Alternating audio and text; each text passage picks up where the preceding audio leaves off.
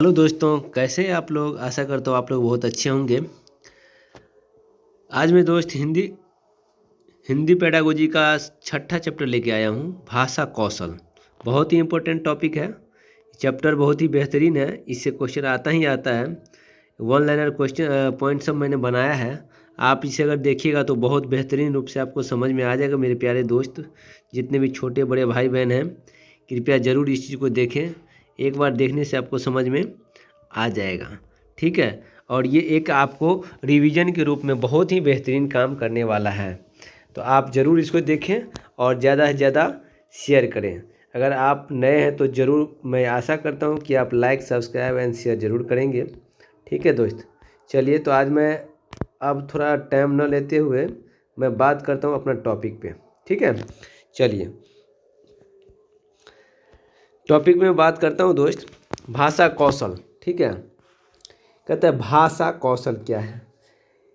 एक व्यक्ति को दूसरे व्यक्ति की बातों विचारों को सुनने, समझने तथा अपनी बातों, विचारों, भावनाओं को व्यक्त करने में जिन मुख्य कौशलों का प्रयोग किया जाता है उन्हें भाषा कौशल कहते हैं। कहने का मतलब ये हुआ कि एक व्यक्ति, कोई व्यक्ति है, अपनी बातों को दूसरे के सामने रखना और दूसरी की बातों को सुनना, आदान प्रदान ऐसे कर सकते हैं, बातों का आदान प्रदान करना, यही हमारा क्या कहलाता है, भाषा कौशल, ठीक है दोस्त। मतलब दूसरे की बात को समझना, दूसरा हमारे बातों को समझे, मतलब एक दूसरे की बातों को समझना, ये हमारा भाषा कौशल कहलाता है, ठीक है।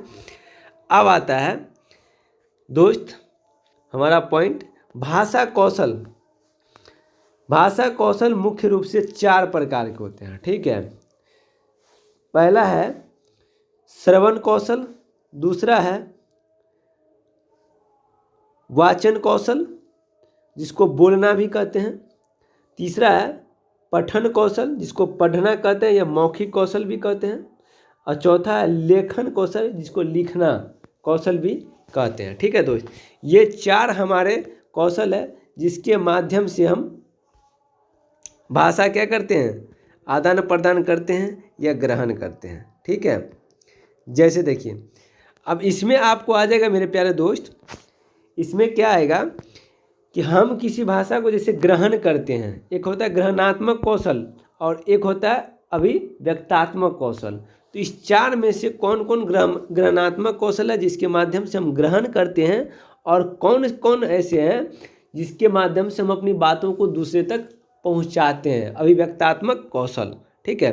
तो देख लीजिए आपके सामने है ग्रहणात्मक कौशल मतलब श्रवण कौशल, और ये हो जाएगा पठन कौशल मतलब पढ़ना, सुन के हम किसी बातों को ग्रहण करते हैं या नहीं तो पढ़ के, ठीक है दोस्त। दूसरा जो है अभिव्यक्तात्मक कौशल, हम अपनी बातों को दूसरे के सामने कैसे रखते हैं। तो हम अपनी बातों को दूसरे के सामने रखते हैं बोलकर और लिख कर, याद रखिएगा, बोलकर और लिख कर, ठीक है दोस्त, याद रहेगा ना, बोलकर और लिख कर। ये देखिए, बोलकर और लिख कर, ये हो गया हमारा अभिव्यक्तात्मक कौशल, ठीक। और ये जो हमारा था ग्रहणात्मक कौशल, ये हो जाएगा हमारा श्रवण कौशल और पठन कौशल के अंतर्गत, ठीक है। इन दोनों के माध्यम से हम ग्रहणात्मक कौशल करते हैं, मतलब ग्रहण करते हैं किसी चीज़ को। याद हो जाएगा दोस्त, भूलिएगा नहीं, बहुत बेहतरीन। कभी कभी क्वेश्चन को पूछता है इनमें से कौन सा ग्रहणात्मक कौशल से संबंधित है, कौन सा अभिव्यक्तात्मक कौशल से संबंधित है। अभिव्यक्तात्मक का मतलब वो हम अपनी बातों को दूसरे के सामने व्यक्त करते हैं, रखते हैं, ठीक है। नेक्स्ट पॉइंट पे चलते हैं। अब हम चलते हैं दोस्त श्रवण कौशल का बात करते हैं। श्रवण कौशल क्या है इसके बारे में थोड़ा सा जान लीजिए, ठीक है। श्रवण कौशल के बारे में जानकारी लेना जरूरी है। जैसे देखिए, श्रवण कौशल कह रहे हैं 4 भाषाई कौशलों में श्रवण कौशल प्रमुख है। 4 भाषाई कौशल है जिसको कहते हैं सुबोपली, सुनना, बोलना, पढ़ना और लिखना, होता है ना, सुबोपली, सुबोपली, सुनना, बोलना, पढ़ना और लिखना, ये 4 भाषाई कौशल हैं। अब इसमें कह रहा है दोस्त कि सबसे जो प्रमुख है वो हमारा है श्रवण कौशल। ठीक है, सुन के हम किसी बातों को ज़्यादा से ज़्यादा ग्रहण करते हैं, इसीलिए कहा गया 4 भाषाई कौशलों में श्रवण कौशल सबसे प्रमुख कौशल है। उसके बाद कहता है भाषा शिक्षण के संदर्भ में श्रवण का अर्थ सुनकर भाव अधिगम या भाव ग्रहण करना है। सुन के उस चीज़ को हम क्या करते हैं, ग्रहण करते हैं। श्रवण में किसी कथन को ध्यानपूर्वक सुनने, सुनी हुई बात पर चिंतन मनन करने, अपना मंतव्य स्थिर करने और तदनुसार आचरण या व्यवहार करने जैसी जटिल प्रक्रियाएं क्या है, सम्मिलित है। ठीक है दोस्त, बहुत ही इंपॉर्टेंट पॉइंट है, हर चीज़ को समझते जाइए। नेक्स्ट पॉइंट कह रहा है श्रवण एक मानसिक प्रक्रिया है। सही बात है, सुनना एक मानसिक प्रक्रिया है, बार बार पूछ भी देता है। बच्चों की श्रवण योग्यता का विकास करने में परस्पर बातचीत सर्वाधिक सहायक है। बच्चे को अगर श्रवण कौशल का विकास करना है तो बातचीत के माध्यम से बच्चे का श्रवण कौशल ज़्यादा विकास होगा। जितना बातचीत होगा बच्चा उतना ज़्यादा सुनेगा और उसका श्रवण कौशल का विकास होगा। ठीक है दोस्त, नेक्स्ट पॉइंट की मैं बात करता हूँ दोस्त। दूसरा बोल रहा है उसका अगला पॉइंट, मुख्य 3 स्थितियों में सार्थक श्रवण के अवसर मिलते हैं। मुख्य रूप से 3 सार्थक श्रवण के अवसर मिलते हैं। कौन कौन सा? पहला, कक्षा शिक्षण के समय, मतलब कक्षा में पढ़ाने के समय श्रवण कौशल का सबसे बेहतरीन अवसर मिलता है, बिल्कुल। दूसरा पॉइंट है शैक्षिक क्रियाओं के समय, योग खेल पीटी, मतलब जो हमारे गतिविधि के माध्यम से, मतलब शैक्षिक मतलब कक्षा से बाहर का क्रियाकलाप जो कराया जाता है, जिसमें आ जाता है खेल कूद, योगा, पीटी, जितने भी है, इसमें भी ध्यानपूर्वक कोई सुनते हैं और सुनने का सबसे ज़्यादा अवसर मिलता है, क्योंकि उसके अनुसार आपको करना पड़ता है एक्टिविटी। नेक्स्ट है हमारा पाठ्येतर क्रियाकलापों के समय भ्रमण। देखिए भ्रमण, पिकनिक, इसके दौरान भी हम लोग सुनने पे ज़्यादा फोकस करते हैं और ये बेहतरीन रूप से काम भी करता है हमारे श्रवण कौशल के लिए। ठीक है, नेक्स्ट पॉइंट है दोस्त, श्रवण कौशल की शिक्षण विधियाँ कौन कौन है? श्रवण कौशल की शिक्षण विधियाँ कौन कौन सा है? पहला, स्वस्वर वाचन। स्वस्वर वाचन छात्र अध्यापक तथा किसी अन्य छात्र को बातचीत करते हुए सुनता है। ठीक है, स्वस्वर का मतलब हुआ छात्र और अध्यापक तथा किसी अन्य छात्र को बातचीत करते हुए सुनता है, इसको क्या कहेंगे? स्वस्वर वाचन। दूसरा आता है प्रश्नोत्तर। इसमें शिक्षक छात्रों से प्रश्न पूछता है ऑटोमेटिक है, ये भी क्या है? श्रवण कौशल की शिक्षण विधियाँ हैं। तीसरा है कहानी सुनना। कहानी टीचर अगर सुनाते हैं, बच्चा सुनते हैं, तो इसमें भी हमारा क्या होता है? श्रवण कौशल का रोल है। चौथा नंबर है श्रुत लेख, इसको इमला कहते हैं। इसमें शिक्षक सामग्री, देखिए इसमें शिक्षक सामग्री को मौखिक रूप से बोलता है तथा छात्र सुनकर उसे लिखता है। ठीक है दोस्त, ये भी क्या है? श्रवण कौशल की शिक्षण विधियाँ हैं। 5वां नंबर पॉइंट है दोस्त भाषण। इसमें शिक्षक छात्रों के सामने भाषण देता है तथा छात्र उसे ध्यान से सुनते हैं। ठीक है, ये भी है श्रवण कौशल के शिक्षण विधियाँ। दूसरा नंबर है पठन कौशल। अब आ गया श्रवण के बाद पठन। हम जितना अधिक पढ़ते हैं उतना ही अधिक समझने की शक्ति बढ़ती है। आप जितना अधिक पढ़िएगा उतना ही आप समझिएगा, स्वाभाविक है। कोई व्यक्ति है जो एक चीज़ को 2 बार पढ़ता है, इसका मतलब वो समझने के ऊपर जोर दे रहा है। ठीक है, इसका देखिए यह कौशल के रूप में प्रारंभ होता है और योग्यता के रूप में इसकी परिणति होती है। मतलब हम कौशल के रूप में इसको प्रारंभ करते हैं और एक टाइम आता है जिसको हम योग के रूप में परिणति होती है, मतलब एक परिणाम के रूप में निकल के सामने आता है। पठन कौशल भी, देखिए पठन कौशल भी है और योग्यता भी। आप इसको कौशल भी कह सकते हैं और योग्यता भी, किसको? पठन को।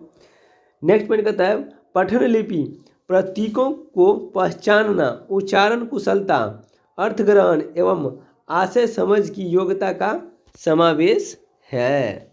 नेक्स्ट पॉइंट कह रहा है दोस्त बच्चों की पठन कुशलता का विकास करने में विभिन्न संदर्भों में जुड़ी सामग्री सर्वाधिक महत्वपूर्ण है। ठीक है, इसके साथ साथ हमारा नेक्स्ट पॉइंट है संदर्भानुसार। संदर्भ के अनुसार अर्थ ग्रहण करना पठन कौशल में ज़्यादा महत्वपूर्ण है। संदर्भ के अनुसार अर्थ ग्रहण करना हमारे पठन कौशल का सबसे महत्वपूर्ण माना जाता है। ठीक है, पठन कौशल की शिक्षण विधियाँ क्या क्या है? देखिए, शिक्षक द्वारा छात्रों को वर्ण बोध कराना, उच्चारण करवाना। ठीक है, ये हमारा क्या है?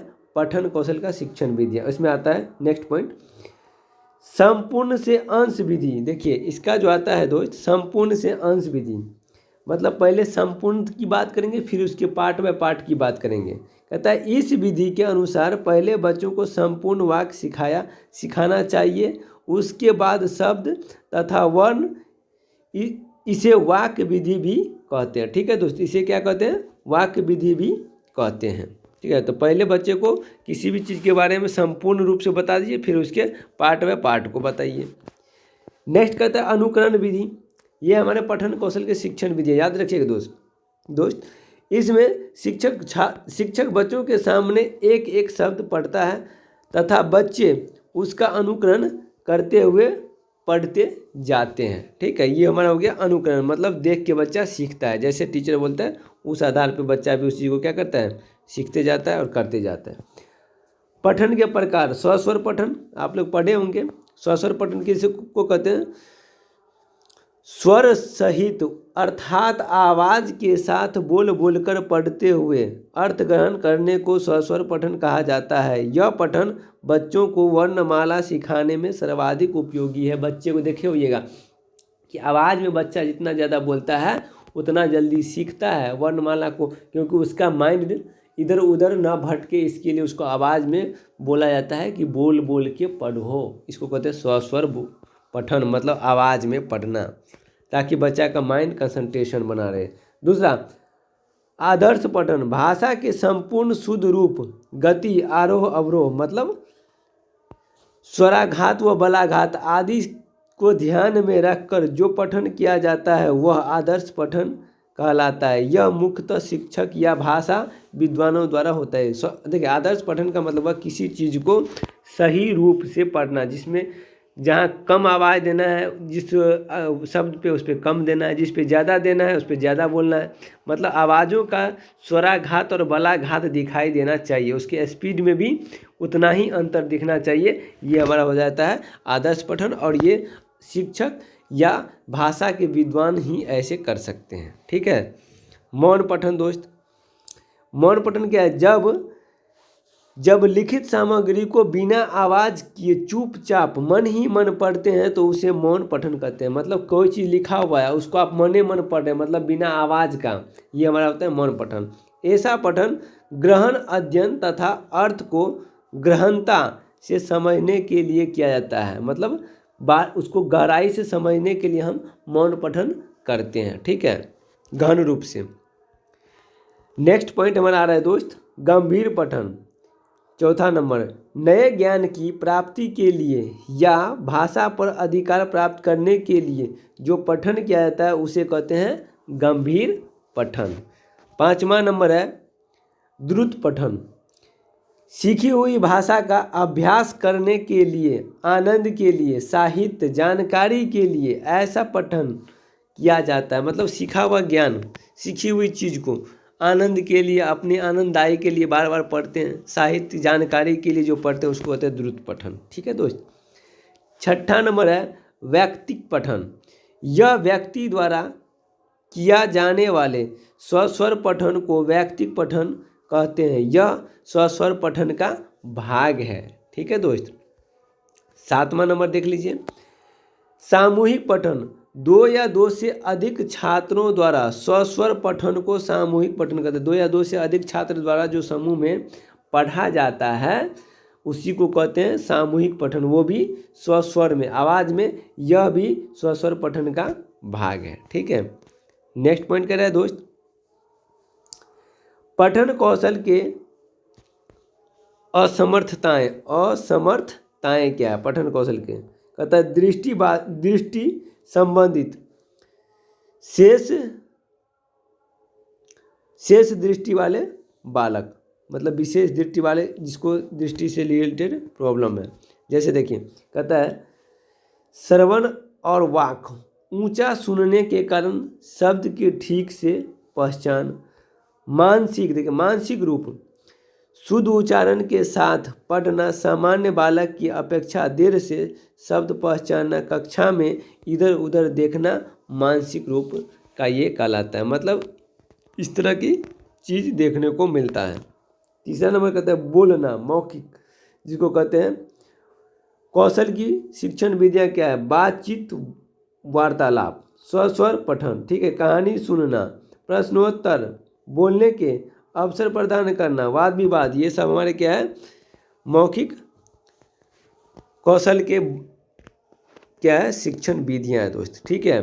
नेक्स्ट पॉइंट में बात करता हूँ। 7वां नंबर कहता है भाषा, बच्चों को भाषण देने के लिए प्रोत्साहित करना, नाटक, रंगमंच में बच्चों की सहभागिता होना जरूरी है। लेखन पठन, ये लास्ट पठन हमारा, लेखन कौशल की शिक्षण विधियाँ क्या क्या है? अब देख लीजिए लेखन कौशल की शिक्षण विधियाँ क्या क्या है। मॉन्टेसरी विधि अनुसार कहता है मैडम मारिया मॉन्टेसरी के ने संवेदनाओं को बहुत महत्व दिया है। इस विधि में बच्चे को पहले से लिखित शब्दों अक्षरों के ऊपर उंगली फेरने के लिए प्रेरित करते हैं। शिक्षक इसमें बच्चे की सहायता करते हैं, मतलब लिखी हुई चीज़ को उस पर उंगली फेर के पढ़वाना, ठीक है।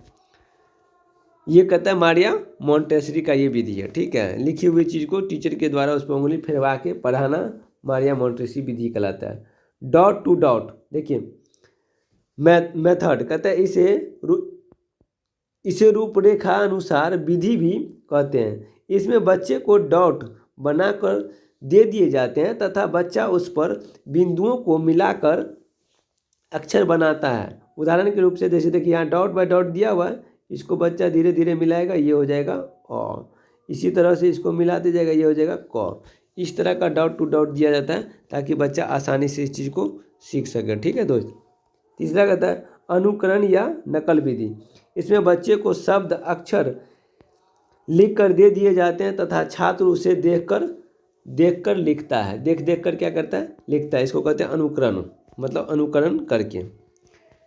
नेक्स्ट पॉइंट कहता है श्रुतलेख।